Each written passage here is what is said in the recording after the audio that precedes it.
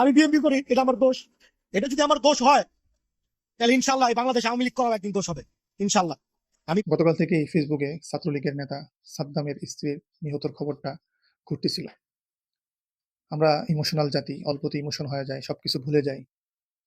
এই জন্য আপনাদেরকে স্মরণ করে দিতে চাই গত 15 বছরে আমাদের সাথে কি হয়েছিল। আসসালামু আলাইকুম রহমতুল্লাহি ওয়া কেমন আছেন? আশা করি ভালো আছেন।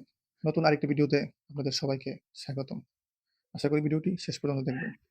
আজকে যে পরিণতি আমরা চোখের সামনে দেখছি, যে দল করার জন্য সন্তানের লাশ বহন করতে হইতেছে, যে দল করার জন্য স্ত্রী স্বামীর লাশ বহন করা লাগতেছে, যে দল করার জন্য অনির্দিষ্টকালের জন্য আজকে হাজতে, আপনি কর্মী হয়ে কি পেয়েছেন দিন শেষে?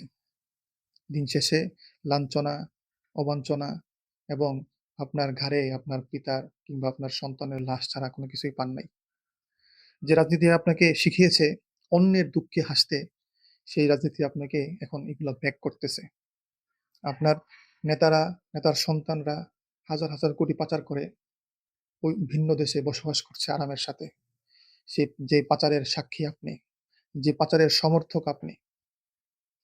আপনি আজকে জেলের মধ্যে, অভাবের মধ্যে আছেন, আপনার স্ত্রী অভাবের কারণে আত্মহত্যা করতেছে। ঠিক আপনার দলের নেতারাই জেলের মধ্যে উন্নত মানের খাবার খাচ্ছে, উন্নত মানের জীবনযাপন পাচ্ছে। এই যে দল আপনাকে কোনো কিছুই দিতে পারে নাই, আপনার সন্তানের, আপনার স্ত্রীর লাশ ছাড়া, দিন শেষে সেই দলের জন্যই আপনারা জীবন দেন। এবং ঠিক 15 বছর আওয়ামী লীগ যা করছে, আগামী হয়তো বিএনপির, তৃণমূলের নেতারাও সেম করবে। দিন শেষে আপনারাও সেই লাঞ্ছিত, অবঞ্চিত হবেন।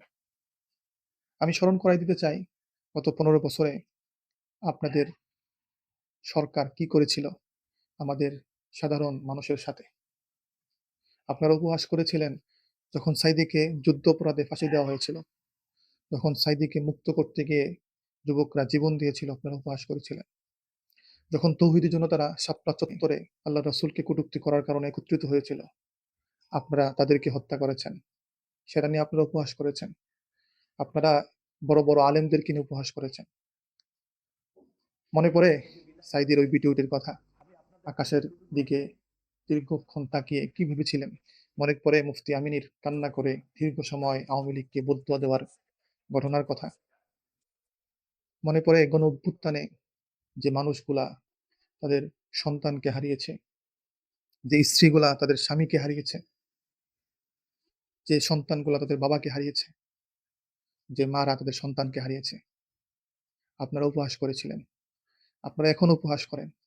আজকে সাদ্দামের ঘটনা নিয়ে আপনাদের মায়া কান্না ঠিকই আসে, কিন্তু জুলাই গণঅভ্যুত্থানে আমাদের হাজার খানিক তাজা প্রাণ চলে গেছে। আপনারা এগুলা নিয়ে উপহাস করেছেন, এখনো করেন।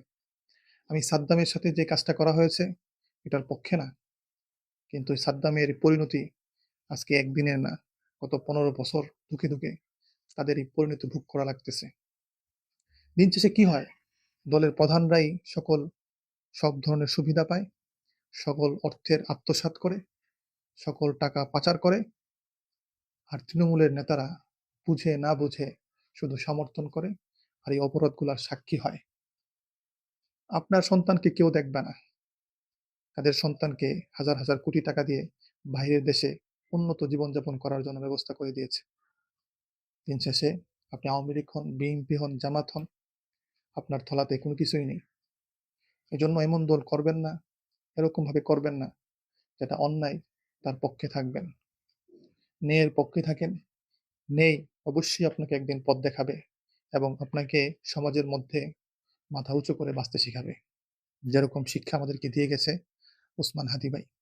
ওসমান হাদি ভাই আমাদের জন্য এই সময়ের সবচেয়ে বড় আদর্শ এবং আমাদেরকে পথ দেখিয়ে গেছেন যে কিভাবে ন্যায়ের পক্ষে, ইনসাফের পক্ষে থেকে সকল দল মত নির্বিশেষে কিভাবে মাথা উঁচু করে বাঁচতে হয়। গতকালকে আওয়ামী লীগের নেতা সাদ্দামের সাথে যে অন্যায় করা হয়েছে, এই অন্যায় আর কারোর সাথে করা না হোক।